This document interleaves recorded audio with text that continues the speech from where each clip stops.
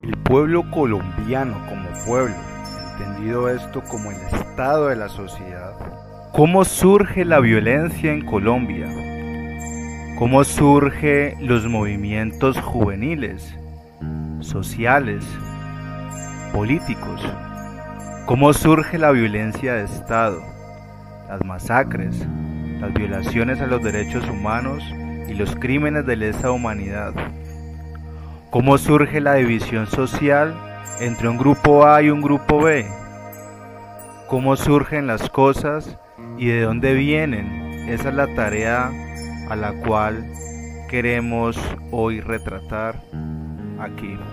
Bajo la metodología de la investigación y la recolección de datos históricos, así como la investigación teórica de algunos exponentes, hemos llegado hasta aquí para compartirles.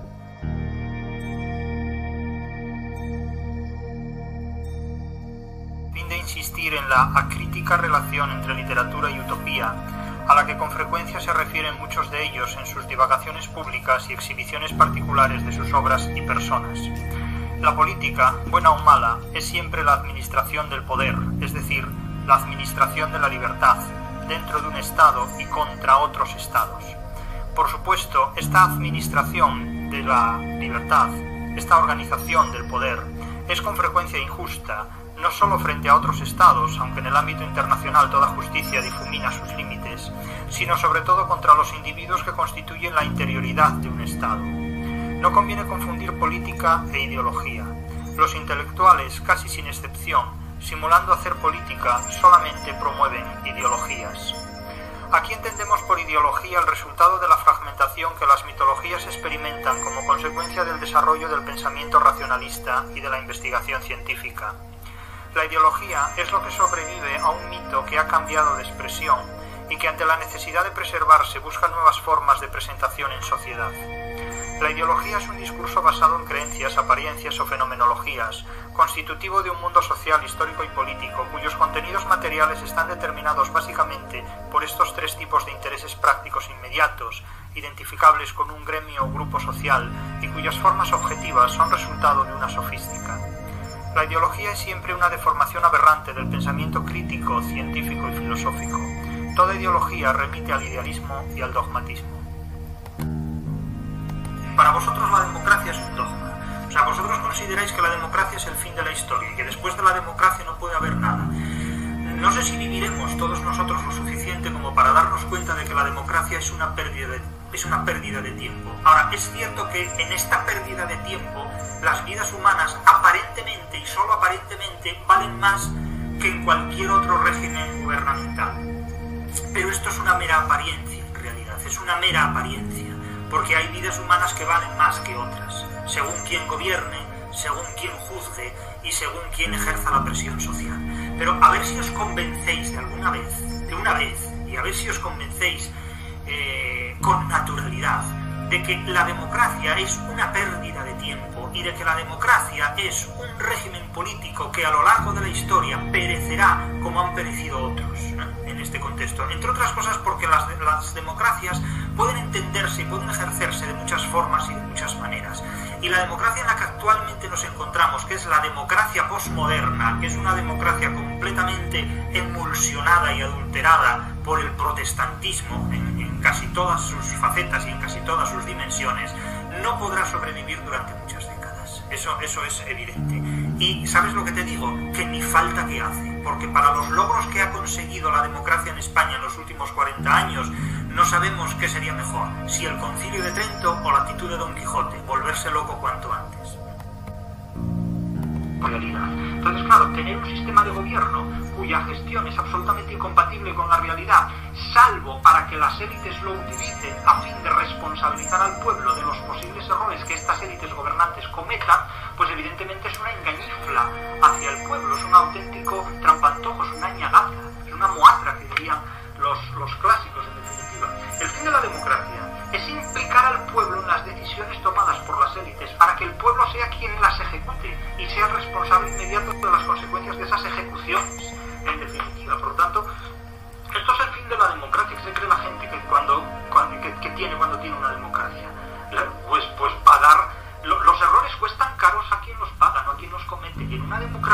los errores los paga el vulgo y los cometen las élites. ¿Para qué si nos inventó la democracia? La democracia es el sistema de gobierno que exime a las élites de la responsabilidad de los errores que cometen, cosa que en el antiguo régimen ocurría directamente. En el antiguo régimen las élites tenían que responsabilizarse de los errores cometidos. La democracia es una enorme ventaja, es el pueblo el que decide. Es el pueblo el que decide y el pueblo el que apanda con las consecuencias, así de simple. La democracia es el mejor sistema de gobierno posible para las élites y para los estamentos más altos, pero no para el pueblo, en definitiva. No digo que debatir sobre este asunto no sea una cuestión que requiera inteligencia, pero no basta con tener la razón. No basta con tener la razón teórica, es necesario tener la razón práctica. Y en este momento, la situación que enfrenta a la pedagogía, y hablamos de una pedagogía de signo rusoniano, una pedagogía de contenido posmoderno, que es a la pedagogía que estamos hablando, es decir, hay que definir de qué pedagogía estamos hablando. Estamos hablando, insisto, de una pedagogía rusoniana, de una pedagogía posmoderna, de una pedagogía que considera que no basta saber una materia para enseñar una materia, ¿no? Es decir, no basta tener conocimientos de matemática para enseñar matemática, no basta tener conocimientos de lingüística para enseñar lingüística, sino que son necesarios otros tipos de conocimiento para saber enseñar, para aprender a aprender, para enseñar a enseñar, este tipo de memeces, ¿no? Entonces aquí vamos a considerar que la pedagogía es una degeneración de la educación. La pedagogía es una formalización patológica de la educación, es decir, la pedagogía es una deformación de la ciencia, que precisamente se trata de imponer como una garrapata en la actividad profesional del profesorado para deteriorar sistemáticamente toda la actividad educativa que pueda desarrollarse en una sociedad organizada políticamente, en un Estado. Por lo tanto, insisto, cuando hablamos de pedagogía en términos críticos, en términos muy censurables, a partir, insisto, de los planteamientos que ofrece este libro, hablaremos de una pedagogía, insisto, rusoniana, de una pedagogía posmoderna, que es un enemigo absoluto, un enemigo radical de la educación científica, de la educación intelectual y de una concepción sistemática de la alfabetización de la población. Es decir, la pedagogía rusoniana, la pedagogía que está impuesta ahora mismo en Europa y en España y en Estados Unidos y en definitiva en el mundo democrático, por así decirlo, es una pedagogía que diseña la inteligencia humana en condiciones tales que el ser humano resultante de esa pedagogía está por debajo de las exigencias que la realidad requiere para enfrentarse a ella. Es decir, es un sistema educativo que educa al ser humano para que viva por debajo de las exigencias que la realidad requiere, que la propia realidad le va a exigir para sobrevivir. Es decir, que los seres humanos que reciben los resultados de esta pedagogía están adquiriendo una formación insuficiente para vivir. Es decir, es una formación que les condena al fracaso en la vida, al fracaso vital, al fracaso personal, al fracaso profesional en todos los sentidos. Por tanto, es el pueblo el que ha de responsabilizarse de las decisiones, aunque estas decisiones las hayan tomado las élites, las ejecuta el pueblo. Quiere decir que en democracia el pueblo desempeña el mismo papel que la justicia civil desempeñaba al ejecutar a los reos que la justicia eclesiástica ponía a disposición de estos. De tal manera que el pueblo llano, creyendo que es él quien toma las decisiones, lo único que hace es asumir las responsabilidades de las decisiones tomadas por las élites. Este es el marco general dentro del cual voy a interpretar la idea de democracia de bueno. Ahora bien, esto que yo acabo de decir no es necesariamente lo que dice bueno, pero es el marco que sirve de contexto a la interpretación que voy a hacer del libro de bueno. Insisto que este libro de bueno en primer lugar diríamos que es un facticio. Es un facticio. Para los que no sepan lo que es el facticio, hay que advertirles que un facticio es un libro que contiene dentro de sí mismo varios libros. Es decir, varias publicaciones, varios temas que en torno a un tema común y fundamental se exponen de una manera abiertamente completa. Es decir, no estamos ante un único libro, panfleto contra la democracia realmente existente. Estamos ante un libro que reúne en sí mismo temas y obras muy diversos, no solo porque es una edición pues muy ampliada. El propio paratexto del libro advierte bajo el título Panfleto contra la democracia realmente existente, se añade más un artículo y 7 rasguños sobre la democracia. Y cabría añadir y muchas más cosas porque contiene paratextos, solapas de ediciones anteriores incluso una solapa inédita de una edición que no llegó a publicarse esta solapa en el texto de la edición, y contiene, como digo, mucha documentación acerca de las ideas de Gustavo Bueno como filósofo, como pensador sobre la democracia. Este libro, además de ser un facticio que recoge una documentación enormemente importante y, por otro lado, de una plena actualidad, porque el tema de la democracia, por desgracia, es un tema extraordinariamente actual, precisamente porque, a mi juicio, la democracia es un sistema político completamente fracasado. Es decir, quienes se alegraban en la década de 1990 del fracaso del sistema soviético, quizás no pensaron nunca que algún día vivirían lo suficiente como para ver el fracaso de la democracia. Y yo les deseo a todos muchísima salud para que sean testigos de un espectáculo políticamente apocalíptico como es el fracaso de la democracia en el siglo XXI. Es decir, la democracia es un régimen político fracasado en el siglo XXI y es cuestión de tiempo constatar el grado al que llega ese fracaso. Pero este facticio, es decir, esta colección de publicaciones de Bueno sobre la idea de la democracia es de una actualidad absoluta y constituye una lectura obligada para cualquiera interesado sobre el tema, tanto en un ámbito, digamos, aficionado como lector común y corriente, como en un ámbito más profesionalizado. Bueno, en esta obra, es que reconoce que no hay forma de definir establemente una democracia, porque todas las definiciones que se dan de democracia son fraudulentas, en definitiva, y están abocadas al fracaso, porque, como dice él con frecuencia con este lexema, la democracia se dice de muchas maneras, se predica de muchas maneras. Claro, la democracia se puede articular de muchos modos. Cito página 206 de la obra de Bueno. La democracia ateniense sigue siendo una oligarquía esclavista que utiliza procedimientos democráticos para que las minorías mantengan precisamente su solidaridad frente a los esclavos, entre otros enemigos. Claro, esta es la razón de ser de la democracia ateniense. La democracia ateniense solo votan los miembros del ejército, los que forman parte de la estructura militar capaces de defender la estructura política. La simbiosis entre estructura política y estructura militar es muy estrecha. Claro, las mujeres no votan, los jóvenes hasta que no alcanzan una determinada edad no votan tampoco. Por lo tanto, proponer la democracia griega como modelo de democracia es ignorar lo que es la democracia griega. De hecho, las definiciones de democracia, más que hablarnos de lo que la democracia es, nos revela lo que quien define la democracia ignora acerca de la democracia. ¿Por qué? Pues porque al definir la democracia desde determinados criterios, quien define la democracia está revelando la ignorancia que tiene respecto a otros criterios absolutamente fundamentales de la idea de democracia. Y en ese sentido, Bueno es enormemente inteligente porque en todo el libro no da una sola definición de democracia que a él le resulte convincente. Por supuesto, reconoce Bueno, la mayor parte de las críticas a la democracia realmente existente que figuran en este panfleto, se refiere a su propio libro, no son nuevas.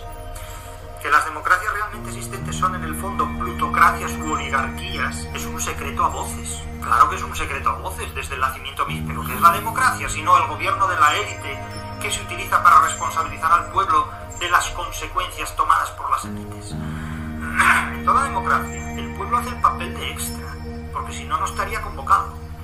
Chomsky, por ejemplo, decía hace ya casi 15 años entonces, hoy hace casi 30 años, hablando de las ilusiones necesarias, cita Bueno a Chomsky: los medios de comunicación son los vigilantes que protegen a la clase privilegiada de la participación de los ciudadanos. O bien, citan de nuevo Bueno a Chomsky, que un pequeño grupo de corporaciones controle el sistema de información no es un daño a la democracia, es su esencia. Bien, estamos de acuerdo con estas palabras de Chomsky, pero siempre y cuando desmitifiquemos el sofisma en el cual se apoya la argumentación de Chomsky. Vamos a analizar la cita de Chomsky. Dice Chomsky: los medios de comunicación son los vigilantes que protegen a la clase privilegiada de la participación de los ciudadanos. Que protegen, por un lado, a la clase privilegiada de que los ciudadanos intervengan en la clase privilegiada. Bien, esto es un argumento falso. Y es un argumento falso porque Chomsky, como marxista recalcitrante que es, utiliza la dialéctica entre una clase privilegiada y los ciudadanos, como si los ciudadanos no formaran parte de la clase privilegiada o como si la clase privilegiada no estuviera compuesta por ciudadanos. El problema de los marxistas, de todos los marxistas en todas sus variantes, y el problema de Chomsky, por supuesto, es que parte de una dialéctica falsa, de la dialéctica en virtud de la cual hay una clase privilegiada por una parte y un pueblo por otra parte, y esas dos clases, los privilegiados y los no privilegiados, las élites y el pueblo, son clases indisociadas, son clases completamente diferenciadas, cuando en realidad son clases indisociadas, porque el pueblo forma parte de las clases privilegiadas y en las clases privilegiadas hay gente del pueblo. Por lo tanto, afirmar que los medios de comunicación vigilan para proteger a la clase privilegiada de la participación de los ciudadanos es afirmar una mentira, porque entre las clases privilegiadas hay miembros del pueblo, hay miembros de la plebe. Entre la monarquía hay miembros de la plebe, entre las élites hay miembros de la plebe, y entre el pueblo hay gente que toma decisiones a la misma altura que los toman los elitistas y quienes gestionan las élites. Porque esta concepción de la democracia está completamente desvirtuada y engañada por una ilusión de la falsa dialéctica del marxismo, en virtud de la cual, insisto, los marxistas creen que por una parte la clase dominante y la clase dominada se mantienen inconexas entre sí. Las conexiones entre la clase dominante y la clase dominada son estrechísimas constantemente, pero constantemente. O sea, la gente que nace en el pueblo se puede incorporar a la clase dominante desde que ha desaparecido el antiguo régimen. Y precisamente cuando el marxismo nace, que es cuando el antiguo régimen ha desaparecido, nace en un momento en el que las élites están constituidas por la gente del pueblo, y en el que la gente del pueblo no solo forma parte de las élites, sino que las élites forman parte también de estructuras absolutamente populares. El panfleto dice, bueno, respecto a su propia obra, ha evitado utilizar cualquiera de los criterios mencionados, acaso porque no pretende mirar hacia el futuro, quiere mantenerse en el análisis sistemático del presente, tratando de ver lo que hay en política efectiva como una consecuencia o corolario de lo que ya ha ocurrido antes del pretérito. Acierta Bueno al hacer esta observación, porque este libro de Bueno es una auditoría de la democracia efectivamente existente, es una fiscalización filosófica y crítica, sistemática también, de lo que es la democracia. Pero no es una obra a la que se le pueda exigir la respuesta a esta pregunta, ¿qué habrá después de la democracia? Este libro de Bueno no pretende responder a la pregunta, ¿cuál es el régimen históricamente siguiente a la democracia? Yo he tratado de responder a esta pregunta en otra publicación, y que es el fracaso de la democracia en el siglo XXI, el fracaso histórico de la democracia en el siglo XXI. Pero Bueno no responde a esta pregunta porque su propósito no es responder a esta pregunta, sino simplemente hacer una crítica sistemática, una auditoría, una fiscalización filosófica, sistemática y crítica a lo que es la democracia realmente y efectivamente existente. Eso es el propósito de Bueno con este libro. La pregunta que hay que hacerse, una pregunta práctica que también tenemos que hacernos es ¿cómo vamos a sobrevivir sin democracia? Pues adaptándonos a un régimen político que es el totalitarismo. Es decir, la democracia se está metamorfoseando en un nuevo régimen político que es uno de los más sutiles totalitarismos. Por eso digo que cuando la democracia se comporta como lo que es una secta, pues como toda secta vigila con más atención a sus miembros que a sus enemigos, porque la preservación de la secta depende más de la vida de sus miembros que de la actividad que lleven a cabo sus enemigos. Si tuviéramos que hacer una conclusión definitiva de lo que es esta obra de Bueno, yo diría que una de las grandísimas aportaciones de Bueno a la teoría del Estado en general y en particular, y a la teoría de la interpretación filosófica, el modo de la interpretación filosófica en general, es la contribución de la idea de Simploque. La idea de Simploque consiste en relacionar de manera racional y de manera materialista todas aquellas ideas con las cuales estamos trabajando. La democracia es, ante todo, el régimen político que articula el poder en la forma de una Simploque, evitando, por una parte, el monismo, es decir, que todo el poder radique en una persona o en un grupo de personas, lo que sería pues el absolutismo monárquico o el absolutismo oligárquico, o el absolutismo aristocrático o el absolutismo tecnocrático, es decir, evitar la concentración del poder en una persona o en un grupo de personas, y evitar también la atomización del poder, de tal manera que nada esté relacionado con nada, que cada comunidad autónoma, cada región o cada ciudad se instituya en un organismo político desconectado de los demás. Tanto en un caso, el monismo como forma absolutista de gestión política, como en el otro caso, el atomismo, como una forma completamente atomizada, segmentada, desarticulada, invertebrada de gestión política, son imposibles. El atomismo y el monismo son los dos extremos de concepciones políticas que nos conducen al idealismo, porque son incompatibles el uno y el otro con la realidad, son incompatibles con la realidad. El sistema político que debe ser más compatible con la realidad es el que esté articulado en una síncloque, y el democrático es el que reúne las mejores condiciones para desarrollar una gestión política dada en síncloque. Pero lo que ocurre en el mundo actual es que la democracia se ha degenerado de tal manera, y lo ha hecho de la mano de la hegemonía protestante, del poder político y hegemónico del protestantismo, que esa síncloque se ha convertido, por una parte, en un absolutismo monista gestionado por determinados grupos que son los nacionalismos, los amigos del comercio y las diferentes iglesias o credos religiosos. Y por otro lado se ha atomizado extraordinariamente también de la mano de los nacionalismos, sobre todo de los nacionalismos, de la mano de los intereses mercantiles de los amigos del comercio y de la mano de los intereses religiosos, ideológicos y fideístas de determinadas iglesias. Por lo tanto, la derrota de la democracia es la derrota de la síncloque, y es el triunfo del monismo político, todo el poder concentrado en una persona o en un grupo de personas, y el triunfo del atomismo político, que es el relativismo absoluto propio de la posmodernidad. Ante la emergencia de un poder político y hegemónico como el de China, que ha demostrado que la democracia y el mercado no tienen nada que ver, porque el mercado chino es el mercado del Estado chino, es el mercado no es el libre mercado, sino es el mercado del Estado chino, pues la democracia y los amigos del comercio han roto sus posibles relaciones de futuro. Es decir, la idea según la cual la democracia se basa en el mercado libre o en el libre mercado es una idea que China ha demostrado falsa.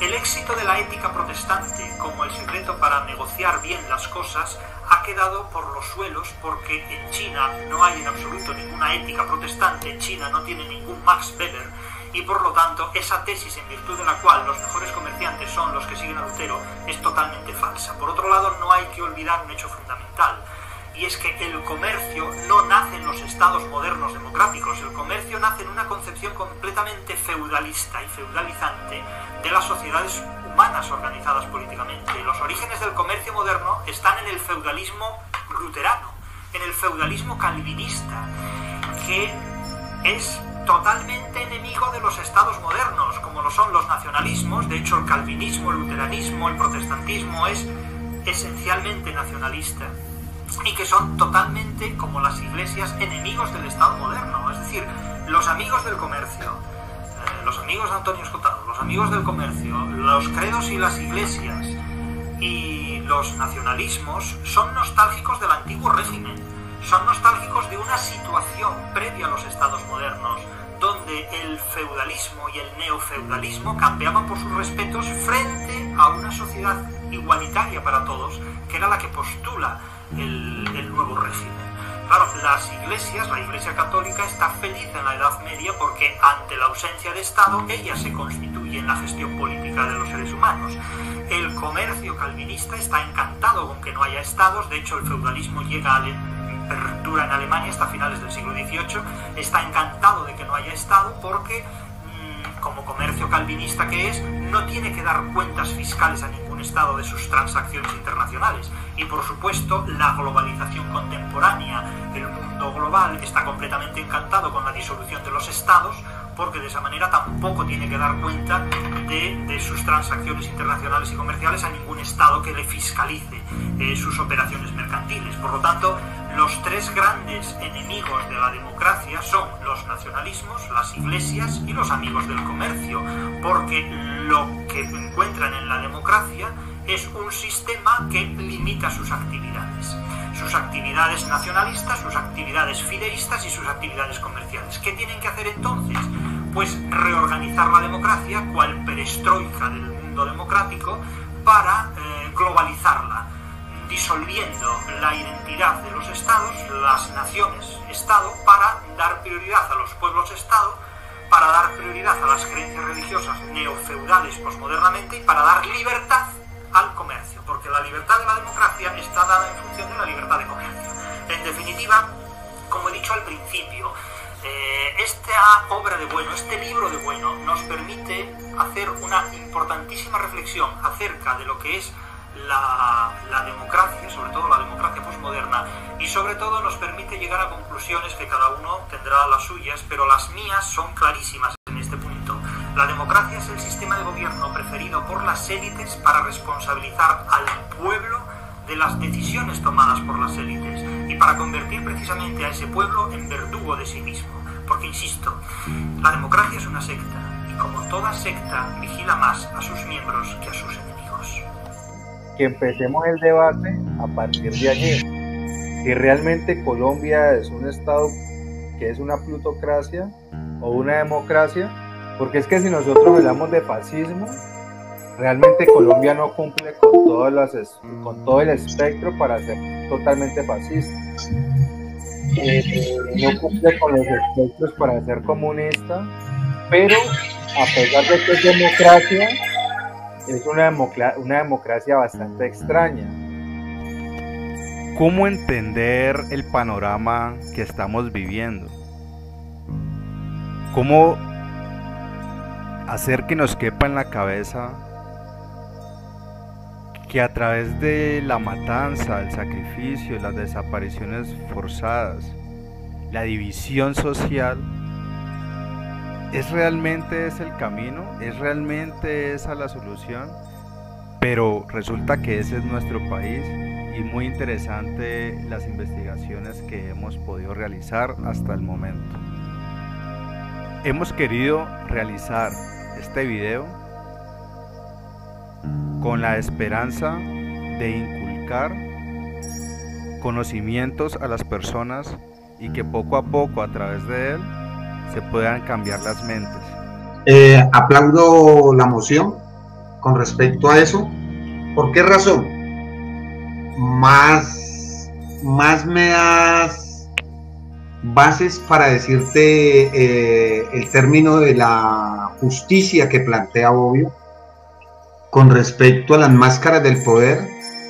Es un tema que en sociología se ve demasiado, porque cuando se habla de las máscaras del poder significa cómo el poder se oculta debajo del poder para armonizar, mimetizar e instrumentalizar las diferentes normas que hay, que tienen un poder igualitario a nivel normativo para juzgar todos los niveles sociales, pero resulta siendo manejada e instrumentalizada solamente para la clase que es dominada. Mientras ese poder oscuro no es en ningún momento es judicializado por los diferentes desmanes que ocasiona. ¿Me entendés? Con lo que tú me dices, entonces, para mí, la democracia la hay dentro de una figura de manejarle la idea al pueblo. Pero en términos reales, si nos vamos, por ejemplo, todos sabemos de que las elecciones anteriores, Duque las perdió, y las elecciones de la candidatura de Santos en su segunda vuelta también las perdió Santos. Entonces vemos que nuestro titiritero, como yo lo llamo, o director del teatro, tiene ese poder amplio de manejar todos los sectores estatales, ¿me entendés? No solamente el Consejo Nacional Electoral, sino la justicia. Es decir, vos sabés de que nosotros somos un estado bicameral, y aparte de ser nosotros tenemos un poder ejecutivo, un poder legislativo y un poder judicial, ¿cierto? Pero sus brazos y sus tentáculos del poder llegan hasta tal punto de armonizar toda su estructura a la concentración de su poder dominante a su amaño y antojo. Entonces, eso es lo que yo plasmo. La norma está en el texto para los ricos y para los pobres, para los políticos y para los civiles. El problema es lo que habla Foucault, la manipulación de la verdad por medio del poder y el capital. Eso se llama la instrumentalización de la norma para uso del buen propio. Eso es lo que dice Foucault. Que Nicolás Maquiavelo escribió su obra para los reyes, para los duros de esa época, y lo dejaran pertenecer otra vez de nuevo al sistema. Maquiavelo había creado esa norma porque él dijo de que habían dos frentes que él necesitaba afectar si no le salía bien la estrategia con el rey, que era el principal, que tenía el capital y el poder. Entonces, como él en un lado dice una forma de mantenerse en el poder o llegar al poder que es por medio del pueblo, entonces él dice, si yo voy y busco el rey que tiene el poder y el capital, y este desgraciado no me acepta, entonces doy la vuelta acá y le ofrezco este conocimiento al pueblo y lo pongo en las mismas circunstancias de los de Cali y hasta peor. Lo derrocamos del poder y seré yo montado en el poder por el pueblo. Vida y obra de Jorge Eliezer Gaitán. Jorge Eliezer Gaitán fue una persona que tuvo la posibilidad de adquirir formación ideológica, política en Francia. Ajá. ¿Me entiende?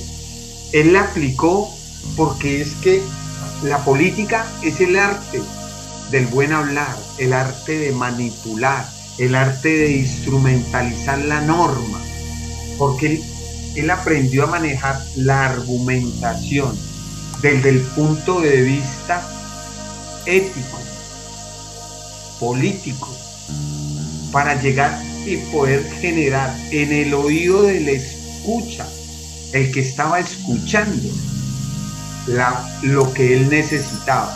Entonces ahí es donde aprender a instrumentalizar no solamente el poder argumentativo, sino el poder normativo, eso maneja y domina al que quiera. Yo siempre expreso pues que la realidad política colombiana es un yuxtapuesto de su realidad, o sea, que la política no es realmente lo que aparenta ser en el texto, sino que hay algo que lo yuxtapone, algo que está ahí en el aire, un hilo invisible, donde ahí están pues los grupos del narcotráfico, los grupos alzados en armas. Hablo un poquito de Maquiavelo, que era lo que decía Ponzá. Yo estoy de acuerdo con lo que dice Ponzá de Maquiavelo, me parece que tiene razón, pero también tú tienes razón en lo que dices de... Estamos de acuerdo que hay una realidad que le subyace al país, ¿cierto? Y a Ponzá también. A Ponzá trae unas tesis de Maquiavelo que yo estoy de acuerdo, pero también estoy de acuerdo con lo que dice Foucault, y me gustó como lo relacionaste con Bobbio. Es así como se construyen las cosas, es así como se da cabida al horror, pero es a través de ese horror que se crean las grandes insignias para Colombia. Nuestras insignias no son personas vivas. Las insignias que han representado la población civil han sido insignias que han sido masacradas por los representantes de gobierno del Estado o el Estado mismo, desde un punto de vista de la teoría política.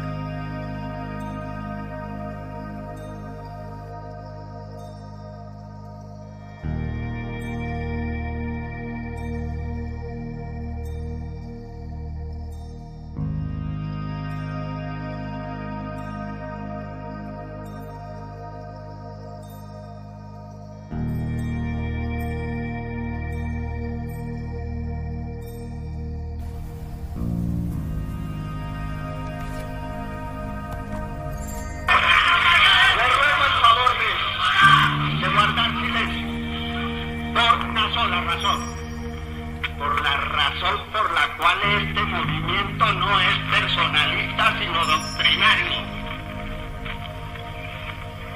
Por la razón elemental de que tiene que terminar de una vez el hecho primitivo, el hecho indecoroso para mi patria, que es un gran pueblo, de que se le maneje con el irrespeto con que se manejan las vacadas de las haciendas privadas.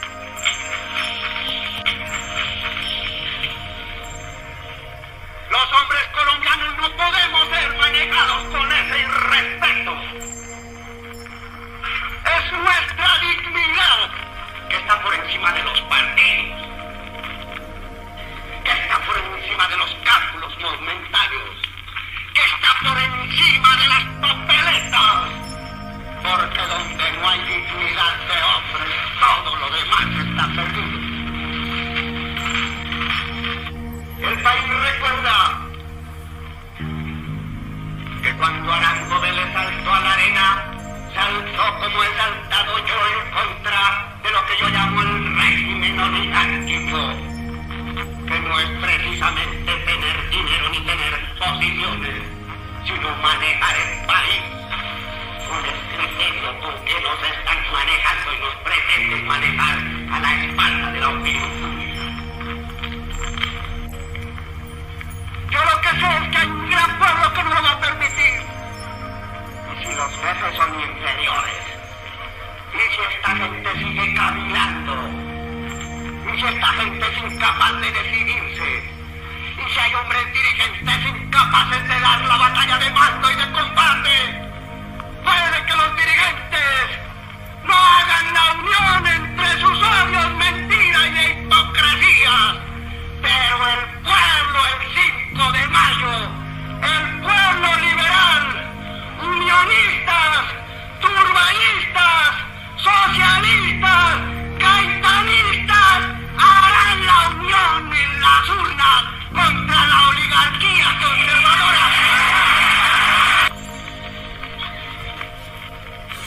Pero es que el problema que hay en Colombia ahora, señores conservadores y señores liberales, es otro. Aquí venía a ser sucediendo y lo sabía la oligarquía conservadora, especialmente cierto grupo reducido de la plutocracia conservadora de Medellín, que el pueblo conservador y el pueblo liberal habían empezado a entender que si los distanciaban ciertos principios filosóficos y económicos fundamentales, sin embargo en el hecho de las costumbres políticas habían llegado a incidir para defender intereses que les son mutuos y que les son caros. Ese pueblo conservador y ese pueblo liberal sabían y saben y no ignoran que muchos de esos que ahora en los editoriales firmados de los periódicos conservadores me hablan de la manera como debo defender la restauración moral, se les ve la punta del cheque del alcalde en el bolsillo.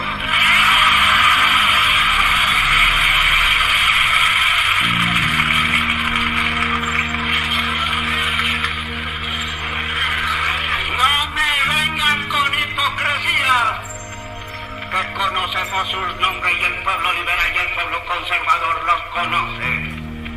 Y saben que esas pequeñas minorías se defienden mutuamente por encima de sus ideas para defender sus intereses, en contra de los intereses del pueblo que trabaja, en contra de la clase media y en contra de la clase trabajadora, en contra de los profesionales y en contra de los intelectuales, en contra de los industriales y en contra de los agricultores y de los cafeteros, que no tienen el teléfono de las influencias políticas que funciona igual para las voces de la oligarquía conservadora que para las voces de la oligarquía liberal.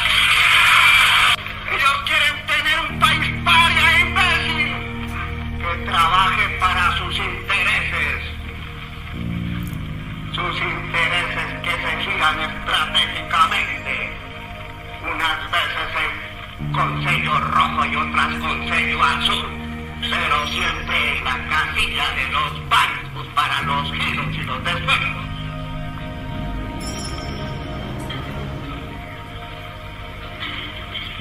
Y se había dado cuenta la oligarquía conservadora de eso. Y sabían que la juventud conservadora y el pueblo conservador y los campesinos y la gente que se ha visto sometida a este mismo régimen de retraso político en Colombia estaban avanzando y iban a hacer una revolución de los sistemas y las costumbres políticas. Se ha pensado en la capacidad fisiológica de ese hombre que ha traído por la oferta del dinero inmediato, sacrificará su biología y su sistema psíquico para ganar más dinero, como lo propone el doctor Ospina Pérez. Y entonces ese hombre ha pensado de manera distinta. Ese es un viejo criterio mandado a recoger por inhumano y por cruel y por atroz.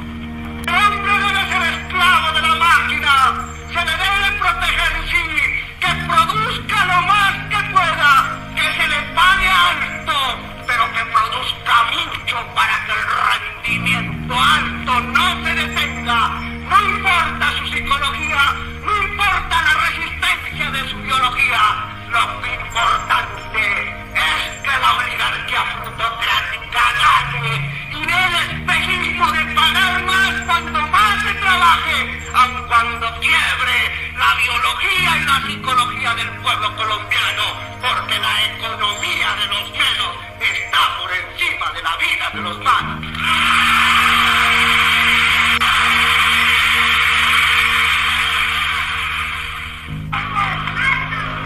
Ese es el viejo criterio de la plutocracia. Defender al hombre, defender las garranchas,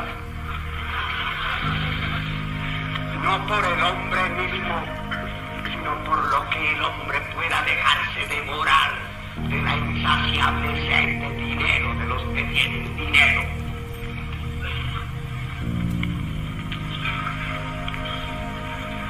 Nosotros decimos cosa distinta.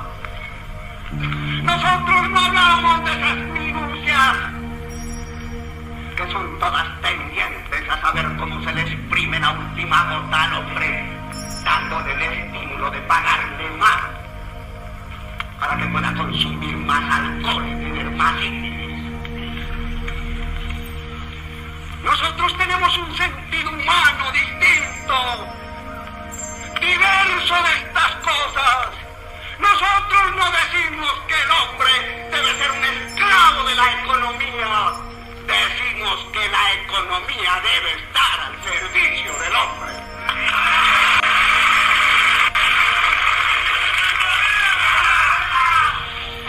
Pero es que para nosotros el hombre es igual conservador que liberal, que socialista, que comunista.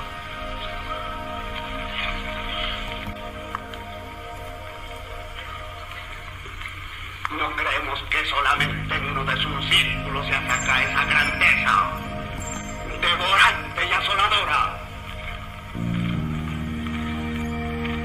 que llama demagogia esto que yo digo, porque no puede directamente negar la verdad y la justicia. Estadistas simplemente porque nada aman, estadistas simplemente porque les falta el carácter para decir lo que su corazón siente y su mente piensa. Estadistas porque les falta el fuego interno para la rebeldía. Pagan y no son capaces de votar en los senados. Estadistas porque se dejan manejar. Estadistas porque no tienen la fuerza humana que nosotros tenemos. Pues en buena hora que no nos crean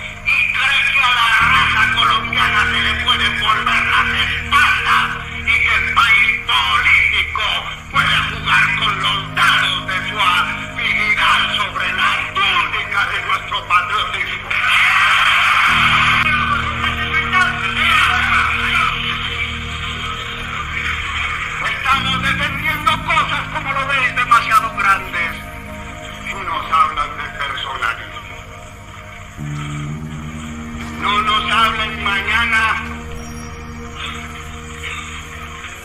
de candidatos a los cuales nos van a inventar sobre el pretexto del pánico liberal. Nada de pánico. El pánico se lo dejamos a la gente cobarde que no sabe sentir como nosotros, los de esta raza nuestra sentimos. ¿Qué nos dicen ahora los que están provocando en forma que ellos no pueden seguir utilizando la rabia popular?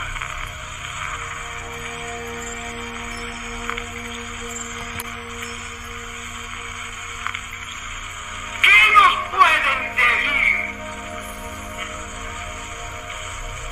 cuando estamos realizando la batalla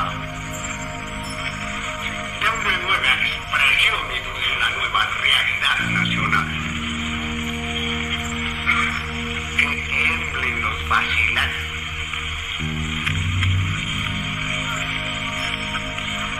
Yo me siento y sé que estoy respaldado,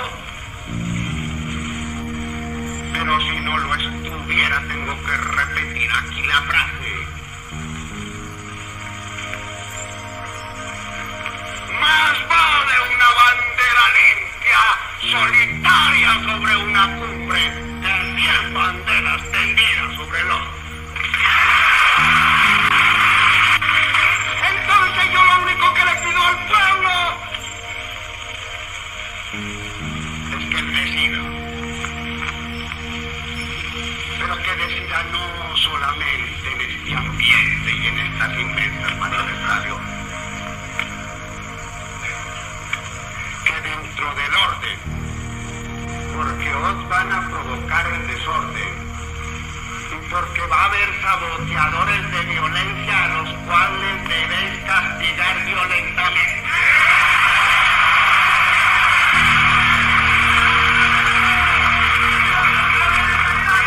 Nada de desórdenes, fuerza contra el desorden.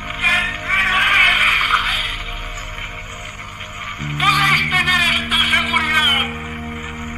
Yo os lo juro por mis mayores y me acuerdo ahora de cosas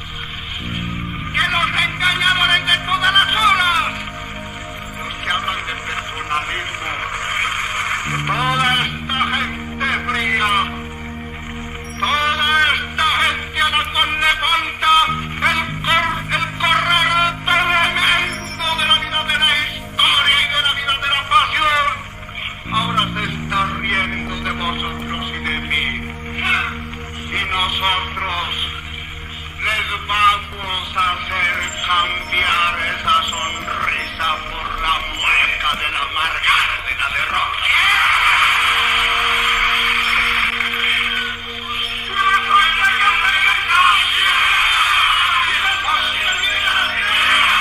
Nosotros hemos leído muchos libros y pasado universidades, no así como hacía la manera de ellos.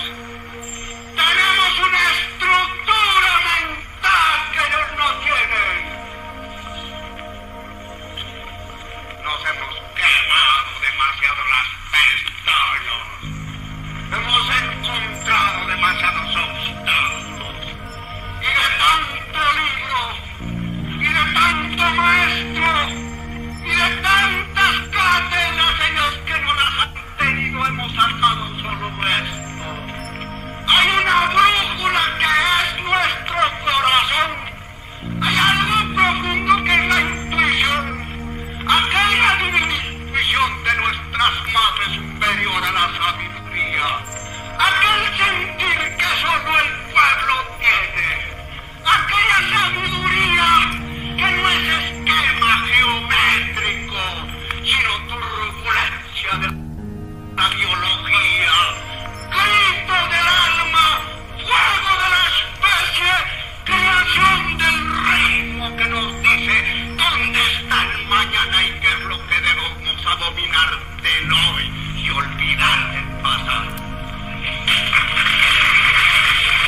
Estos anestesistas del cálculo, candidatos y jugadas y gentes que vienen a convenciones previamente facturadas y preparadas y manzanillos de todo pelambre que vienen a simular una opinión que no tienen y gentes que están esperando con el fraude. Se engañan. Yo no sé si también me engañan, pero yo me he recorrido el país. Esta gente lo niega. Esta gente llega a farsas como la de Barranquilla, donde había 100.000 hombres, donde no hay sino 2.000 conservadores y después se daban el consuelo de decir que era que los conservadores habían recibido la orden de acudir a sus manifestaciones. Esta gente se engaña y se imita. Esta gente no cree en el pueblo colombiano y yo creo en el pueblo colombiano. Y aquí hay algo distinto de la cosa electoral. Aquí hay una fuerza colombianista que no quiere dejarse ultrajar en sus antecedentes y en la gloria de sus mayores. Aquí hay una fuerza de futuro donde miran los ojos de conservadores y liberales, no hacia un socialismo o comunismo, pero sí hacia una justicia, algún acto de justicia. Yo no creo que seáis inferiores. Y entonces yo digo, aquí a nosotros en Bogotá, a la gente de todo Colombia, no hay sino una solución: a las calles permanentemente, si es que en verdad tenéis la potencia de lucha para dar la batalla.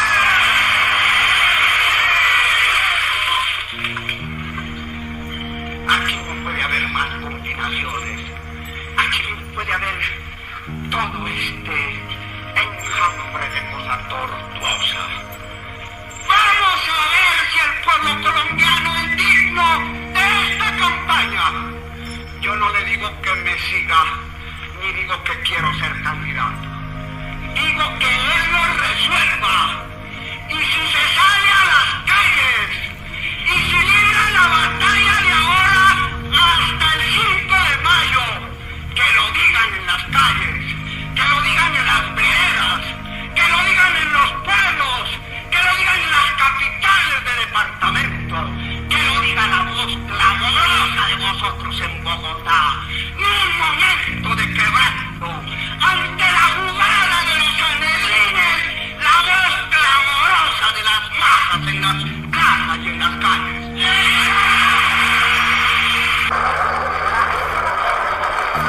Pero si voy a ser como los hombres, se sabe. que cuando hay un grande ideal por medio, si el médico, si el enfermo llama en ayuda, están obligados a dar la transfusión de su propia sangre si necesario fuera. ¡Pueblo! ¡Por la restauración moral! ¡Hala! ¡Pueblo! ¡Por nuestra victoria! ¡Hala! ¡Pueblo! ¡Por la derrota de la oligarquía! ¡Pueblo! ¡Por vuestra victoria!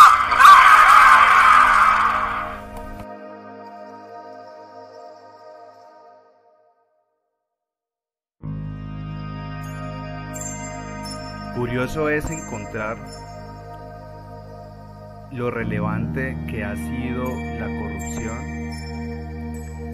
los grupos tanto económicos y políticos que se han enmarcado en nuestro país y la división en dos categorías. Una categoría que va a entrar a ser conservadora, a conservar lo que ellos consideran valores, y otra categoría que también se va a considerar valores, pero que va a ser pretendida dado el malestar y las consideraciones que va a tener un grupo en la sociedad que se denomina pueblo. Muy importante lo que sucede en 1928 en el departamento de Magdalena, en la costa atlántica, para entender lo que sucede y lo que ha sucedido hoy día. Y hacemos este homenaje debido a lo que ha estado sucediendo en Colombia desde el 28 de abril, lo que ha sido las protestas civiles y ciudadanas en Colombia en este 2021, que también tiene sus antecedentes de antes, desde el 2019, pero sería alejarnos de lo que queremos retratar aquí. Y esa protesta que sucedió en la United Fruit Company es importante porque ante la presión social y realmente la presión laboral, que enmarcó también cómo los sindicatos en Colombia fueron desapareciendo a pólvora, no desaparecieron políticamente sino a pólvora, y es una de las características que tiene Colombia como país, o sea, no solamente la actividad, omisión y aquiescencia del Estado en el comitivo de no solamente de represión civil, sino crímenes de lesa humanidad hacia su propia población. Entonces, esa presión social produjo una de las grandes matanzas de nuestra historia, que se conoció como la masacre de las bananeras. Un gran crimen de lesa humanidad que fue realizado por el ejército colombiano en la estación de Ciénaga. Nunca se pudo establecer cuántos fueron los muertos y cuántos fueron los desaparecidos, hasta hoy día se desconoce. También se notó, investigando algunos periódicos de la época, que no, o sea, que esas noticias no eran muy, sí eran investigadas, pero sucede algo similar a lo que hay hoy en día. O sea, había un cierto grado de desinformación de la población y también habían intereses políticos para lo que se quería pretender informar. Entonces me gusta decir estas palabras y en el grupo la repetimos constantemente: nada más lejos de la realidad, y lo mismo que sucede en el pasado muchas veces pretende el presente. Realmente el asesinato de Jorge Eliezer Gaitán, al igual que las masacres de las bananeras, conducen a nuestro país a muchas de las cosas que vemos hoy día. Y ese comportamiento que tenemos como Estado, no solamente creo que debemos entenderlo académicamente o políticamente, sino que hay que mirar si la estrategia de Estado, si realmente las instituciones como las reconocemos son realmente lo que nosotros necesitamos, dado a que se puede decir que hasta hoy día esa brecha social, ese conflicto social, la política no ha podido solucionarla. Por tanto, esa estratificación y esas cosas que la gente lucha hoy día o pretende hoy día, se puede decir que incluso antes de 1928 ya se estaba pretendiendo, ya se estaba pidiendo y no ha sido solucionado. Plaza pública, ¿no? Porque el Galán combate las tesis que en este momento la plaza social está debatiendo. Es decir, acabar toda esa malformación del Estado. ¿Ya? Eso básicamente es, vos resumir las tesis de Galán en eso, es la degeneración del Estado por un ente criminal. Posición es la de aprender a manejar el Estado, la de racionalizar ese Estado que se formó en Colombia y se desarrolló durante estos 50 años. Y lo que proponemos fundamentalmente es que haya dos racionalizaciones simultáneas y complementarias frente al Estado moderno. En primer lugar, racionalizar el proceso político para definir el origen y las características de la autoridad que gobierna ese Estado, de modo que en verdad sea democrática. Y en segundo lugar, racionalizar el proceso administrativo para que ese Estado sea eficiente, porque de nada o de muy poco nos sirve atribuirle funciones y recursos a tal Estado si se contemporiza con el manejo desordenado e ineficiente de tal patrimonio y de tales posibilidades. En primer lugar, necesitamos que el Estado represente a todos los sectores, que en el Estado se exprese toda la nación, todas las clases sociales, para que no sean ni de la burocracia, ni de los grupos de presión, ni de los partidos, sino de todos los colombianos. La circunscripción nacional es una idea muy importante. Hace cerca de 2 años tuve oportunidad de planteársela a algunos dirigentes del Partido Comunista como una de las alternativas para que se crearan mecanismos de representación de las minorías, de modo que el escrutinio de los problemas del país se hiciese en el Congreso, para que funcionara esta institución, para que en verdad aquí se expresara la nación, estuviera representada y no hubiese política extraparlamentaria, sino que la política de manera definitiva y permanente se pudiera expresar en este recinto. Pero es fundamental que haya un mecanismo de esta naturaleza para que se desarrolle la democracia y, como ocurre en muchos otros países del mundo, haya fórmulas para que los sectores minoritarios a escala nacional tengan garantizado alguna modalidad seria de acceso a las corporaciones públicas. Además, porque cualquier estrategia que conciba un gobierno para diseñar un modelo económico, para buscar un proceso de desarrollo económico y social en el país, siempre estará dependiendo del consentimiento de la población. No hay modelo económico que funcione si no existe algún grado de consentimiento e identificación de la población con el mismo. Puede haber en teoría un plan de desarrollo, una estrategia para organizar el Estado y para organizar la inversión pública y para organizar los programas sociales y económicos, pero si no hay consentimiento e identificación de la población con ese modelo, el modelo fracasa en 3 años, en 5, en 7, en 10, pero necesariamente el modelo no sobrevive. Es que haya elecciones libres y competitivas, elecciones verdaderamente libres y competitivas, y haya representación auténtica del pueblo en las instituciones, con garantías para todos, no garantías para los partidos, como reza curiosamente la proposición que dio lugar a este debate. No, garantías para la nación entera, no para los partidos.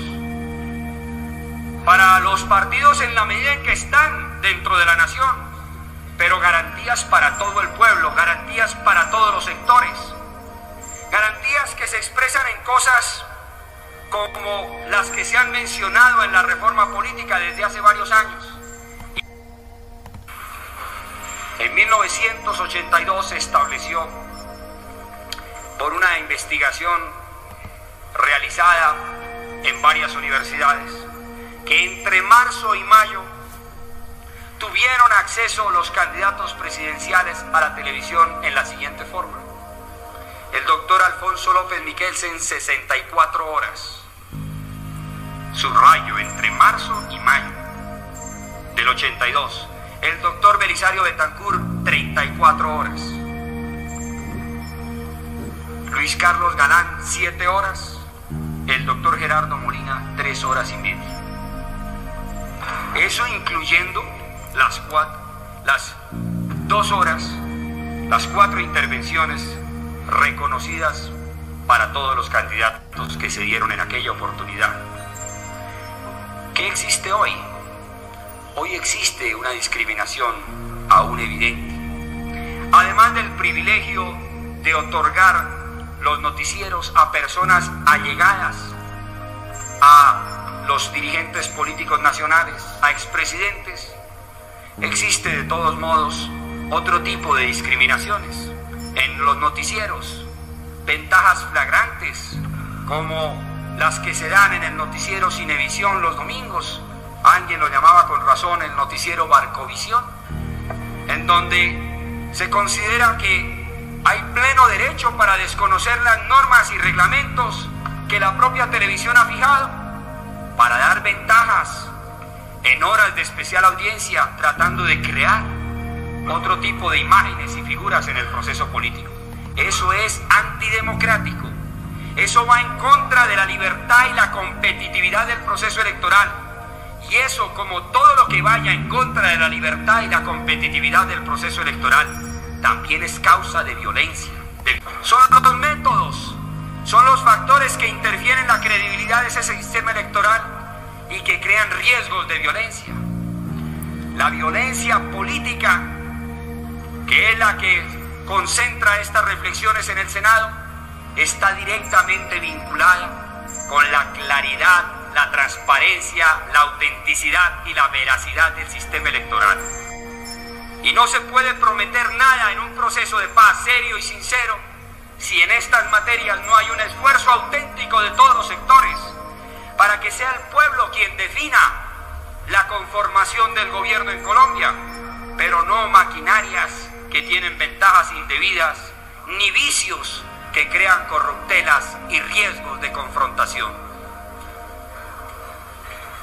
En ese mismo proceso de racionalización de la democracia, de racionalización de la política, se necesita que en Colombia haya más elecciones, que sean más frecuentes y que tengan más contenido. La concentración del poder en la presidencia de la República es antidemocrática. Las instituciones del 68, en la teoría del texto constitucional, son completas y equilibradas, pero en la realidad de su vigencia se han desequilibrado en forma grave. Y el hecho de que no hubiese habido comisión del plan, que no hubiese habido herramientas para organizar un sistema verdadero de fiscalización de las atribuciones del Ejecutivo, determinó que en Colombia se configurara lo que ya se ha llamado la monarquía presidencial. Ese es otro paso clave en el proceso de desarrollo de la democracia en el país. Reducirle las atribuciones al jefe del Estado, redistribuir poder, modificar ese sistema de competencias que convirtió al jefe del Estado en un monarca. O se cumple al pie de la letra lo que dice la Constitución del 68 para que funcione el sistema de instituciones equilibrado que allí se planteó, o se reforma ese sistema de instituciones, dado que no es posible llevarlo a la realidad por las interferencias que se han visto después de más de 17 años de vigencia de ese texto constitucional. Y se necesita la democracia local y cotidiana, no la democracia de cada 2 o cada 4 años, sino la democracia que le permita al pueblo estar cerca de su gobernante, estar cerca de quien ejerce en él la autoridad. Y se necesita pensar en fórmulas como el referéndum local. Yo lo prefiero al referéndum nacional, sobre el cual tengo reservas sobre lo que pueda significar en el proceso mismo democrático. Así como creo que el referéndum nacional puede no ser una herramienta verdaderamente democrática, sino un instrumento de manipulación grave del poder y de las instituciones, pienso que el referéndum local es indispensable para la vinculación del ciudadano a decisiones que afectan constantemente su existencia. Y necesitamos, para modernizar la democracia, la modernización de los partidos. Partidos que ya no solo pueden reflejar ideologías, sino que en verdad reflejan intereses que son cada día más complejos y más heterogéneos en la sociedad contemporánea. Pero para eso los partidos necesitan organización. Nuestro planteamiento de convocar al pueblo en forma directa, sin reconocerle autoridad alguna a las organizaciones partidistas actuales, no obedece al propósito de destruir los partidos, sino al propósito de obligarlos a renovarse y demostrar que hay una voluntad fundamental, que es la voluntad popular, que debe ser respetada, asegurada y protegida en el proceso político si queremos asegurarnos la vigencia de la democracia. Como lo señaló Alberto Lleras, los partidos avanzan hacia un proceso de decadencia, de impotencia y de desintegración si no tienen rectificaciones drásticas en su comportamiento ideológico y en su organización. Y todo esto influye en la actitud de los colombianos, influye en la confianza que le merece a nuestro pueblo su gobierno, el papel de sus dirigentes, el comportamiento de sus líderes. En esencia, se podría decir que vivimos una gran crisis moral. Y la crisis moral, cuando afecta a un pueblo, se expresa sobre todo en el momento en que los intereses privados, los intereses particulares, tienden a prevalecer sobre los intereses públicos, los intereses colectivos. En medio de ese complejo panorama de dificultades, los partidos políticos se muestran incapaces para resolver esa crisis. Aparecen inferiores a sus obligaciones y a sus responsabilidades. La crisis nacional amenaza la democracia y amenaza la libertad de los colombianos. Si esta emergencia en que se halla el país no la sabemos sortear todos los colombianos, corremos el peligro de perder en muy poco tiempo lo que se ha construido en materia de instituciones democráticas y de garantías individuales y civiles como consecuencia del imperio de un gobierno autocrático o de una aventura anarquista. La paz es naturalmente un reto constante y una esperanza básica para la nación. Desde hace varias décadas, nuestro pueblo lucha por conseguir la paz. Por eso aceptó las instituciones especiales del Frente Nacional a las que se opuso el doctor López Miquelsen, por ejemplo. Por eso el pueblo superó el sectarismo y comprendió que que no era sobre esos odios partidistas, con base en ellos, como se podría construir el destino colectivo. La paz está vinculada a muchos temas, a las realidades sociales y económicas, a intereses extranjeros que tratan de un modo u otro de influir en la vida nacional, en la competencia existente entre las grandes potencias por el dominio del planeta. Pero hay un factor vital para alcanzar la paz, y es que los colombianos podamos creer en nuestras instituciones, porque sean auténticas, porque sean reales.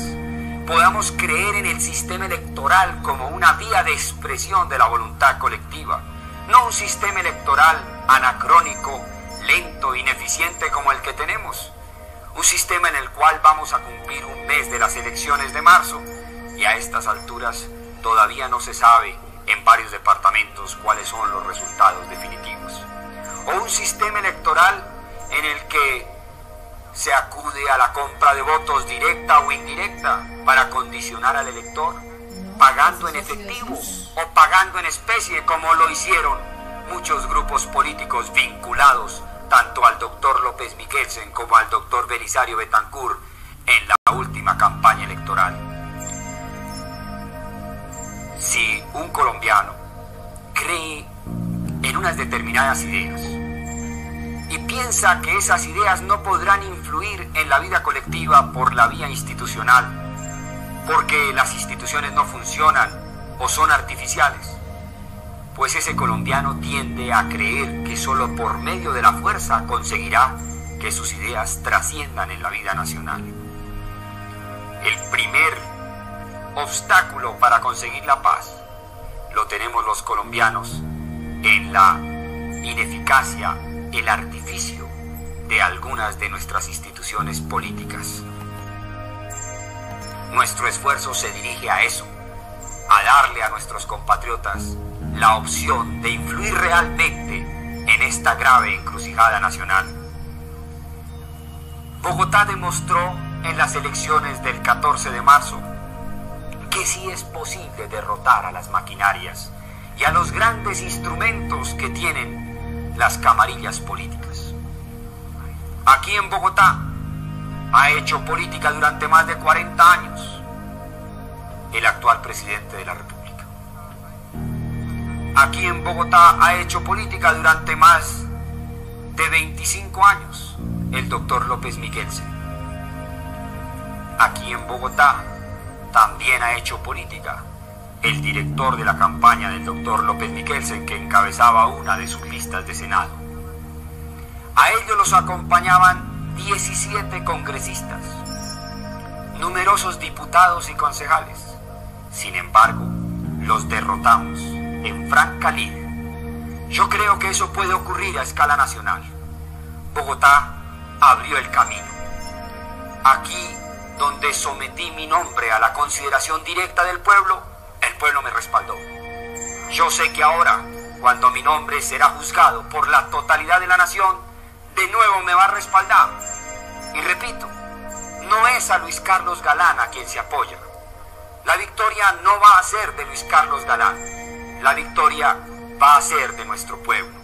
No nos dejemos intimidar por la magnitud de las maquinarias, por los instrumentos que tienen. Cuando hay una causa justa, cuando hay convicciones, cuando hay decisión, se triunfa.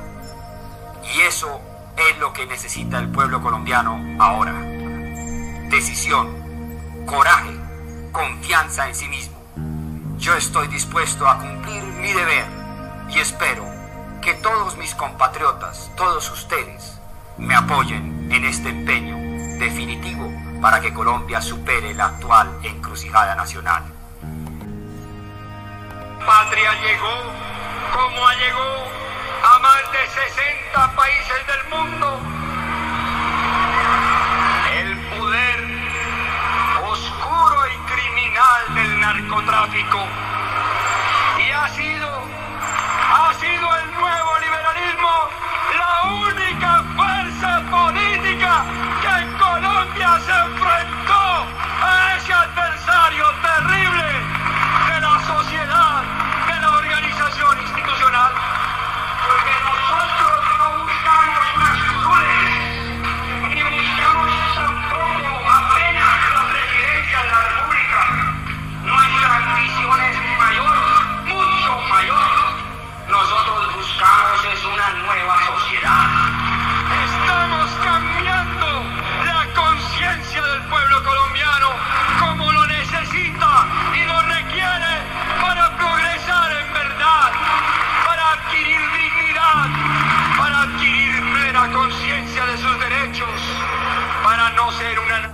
marginal, secundaria, para que no le vuelva a dar vergüenza a ningún colombiano al presentar el pasaporte de su patria.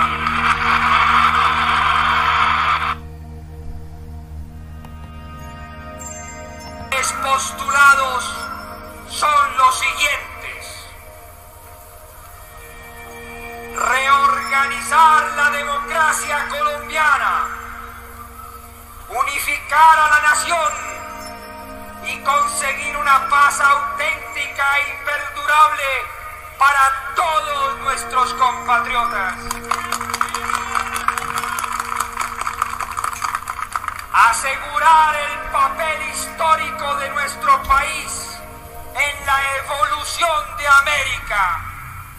Acrecentar los recursos materiales y espirituales del pueblo colombiano y en especial redimir a la inmensa mayoría de conciudadanos oprimidos por la miseria.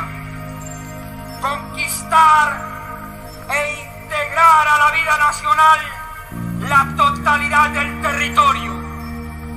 Reivindicar el derecho de los colombianos a manejar y controlar los recursos naturales. Sobre todo el petróleo, el carbón y los demás minerales del subsuelo. Devolver al ser humano su valor como eje de la sociedad por encima de cualquier requerimiento material que lo sacrifique aún más en aras de un teórico progreso. Lograr que del primero al último colombiano haya igualdad básica de oportunidades y derechos en nuestra patria. De manera que todos puedan satisfacer sus necesidades fundamentales en lo físico y en lo espiritual. Por eso, frente a Álvaro Gómez Hurtado, ante la ausencia de Virgilio Barco, no solo en ese debate, sino en esos temas, manifesté que yo soy partidario dentro de la Constitución y de la ley de una verdadera transformación en el sistema de tenencia de tierra en nuestro país, para hacer justicia, para defender el uso verdadero de la tierra, para que se respete al que la explota honestamente, pero para que no continúe este problema del latifundio en algunas zonas del país, del feudalismo y la inconsciencia sobre lo que le ocurre a miles y miles de familias campesinas. Los que quieran hablarnos de unión liberal, que empiecen por decir con claridad cómo van a afrontar el problema agrario y el problema campesino, y no continúe la hipocresía y el cinismo con que han obrado frente a esta materia fundamental. Los que compran votos atropellan la libertad política y generan violencia. Los que trafican con becas, aprovechándose de la pobreza de las gentes, atropellan la libertad política y generan violencia.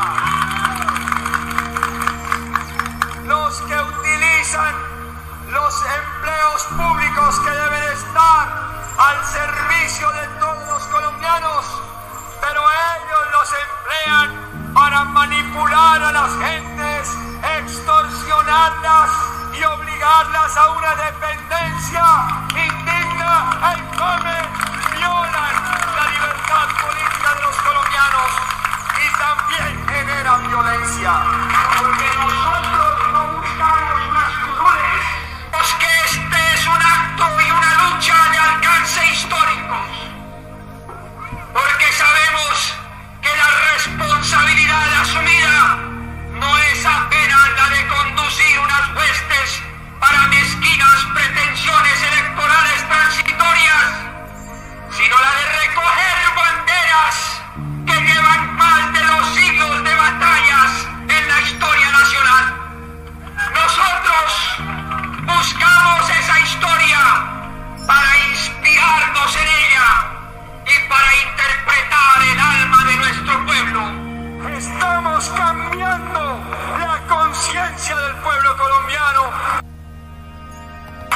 nación quiere opinar, nos sometemos a ese juicio.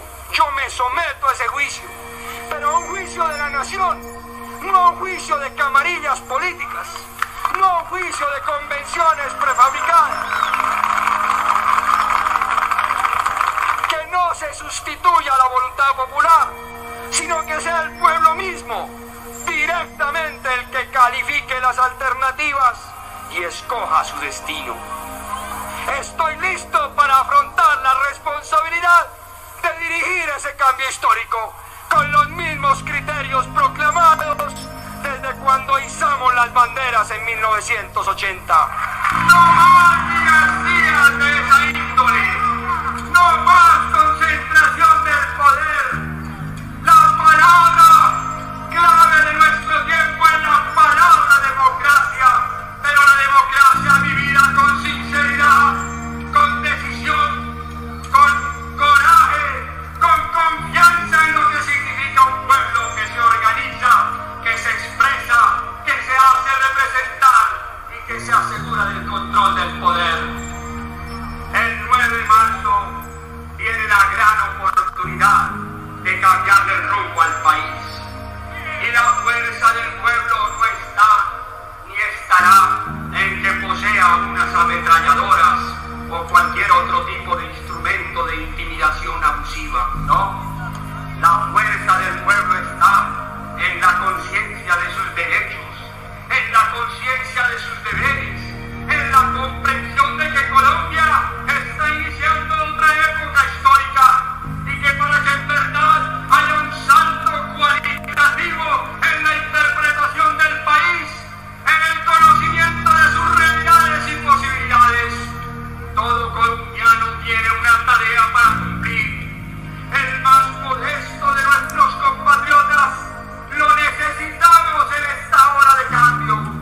Llamo a los jóvenes, llamo a la juventud de toda Colombia a que cumpla su deber, a que dé su testimonio político, a que demuestre que esta no es una generación violenta ni sectaria, sino una generación consciente, orgullosa de su oportunidad histórica y que no le tiene miedo a asumir responsabilidades en el manejo de los elementos fundamentales del destino nacional. Y llamo a las mujeres para que cambiemos esta sociedad, para que despierte la conciencia colectiva, para que Colombia nos pertenezca a todos, para que integremos a la nación, para que en medio de la diversidad de nuestras regiones, de las culturas peculiares que hay en la geografía de Colombia, exista un sentimiento de unidad, de patriotismo, de confianza en lo que puede ser nuestra república, de orgullo en lo que puede representar Colombia y de dignidad en lo que puede ofrecer Colombia a sus propios habitantes y al resto de América Latina. Porque heredamos una patria que nos la entregan las generaciones anteriores, con sus virtudes, con sus defectos. Lo que somos y lo que no somos se lo debemos a esas generaciones anteriores, pero tenemos el deber de asumir conscientemente nuestra hora histórica y de obrar sin perder un instante. La vida en el fondo es muy corta para dilapidarla, pero la vida es apasionante para gastarla en el servicio de nuestra patria, con criterio constructivo, organizándonos. El proceso no es un proceso milagroso. La transformación de una sociedad en su mentalidad, en sus factores espirituales, materiales, físicos, en su desarrollo, en sus realidades de trabajo, en el manejo de sus recursos naturales, no son tareas que se puedan resolver en pocos meses y ni siquiera en pocos años. Nosotros queremos la redención de los municipios del país, porque Colombia se concentró en las grandes ciudades, se concentró en Bogotá, Medellín, Cali, Barranquilla, Bucaramanga, Manizales, Cúcuta, Pereira, Cartagena. Pero si bien esas 10 o 15 primeras ciudades del país han progresado y mucho, La mayor parte de los municipios quedaron estancados. Varios de ellos tienen hoy menos habitantes que hace 10 años o hace 20. Las gentes se fueron de los municipios hacia las ciudades donde podían esperar oportunidades, ventajas que les son negadas en sus municipios, en donde no encuentran ni educación suficiente para sus hijos, ni oportunidades de trabajo, ni calidad de vida en las demás condiciones de su existencia. El poder campesino de Aratoca no lo tienen en Colombia los campesinos. El gobierno nacional se gasta cada año la mayor parte de los dineros públicos en los grandes o en los principales centros urbanos y muy poco en las pequeñas poblaciones y casi nada en las zonas campesinas. Por cierto, en la frase afortunada de Benjamín Herrera cuando dijo: la patria está por encima de los partidos. Y en este momento sí que es claro que la patria tiene que estar por encima de los partidos. Nunca ocurrió algo igual en la política colombiana. Nunca una fuerza política que proclamara ante la nación y ante el liberalismo su inconformidad, su disentimiento. Se vivió un proceso que culminara como ha culminado hoy esta etapa para nosotros, organizados en nuestro pronunciamiento, solidarios en nuestras actuaciones. El nuevo liberalismo no desapareció extinguiéndose lánguidamente porque hubiese sido abandonado por sus dirigentes.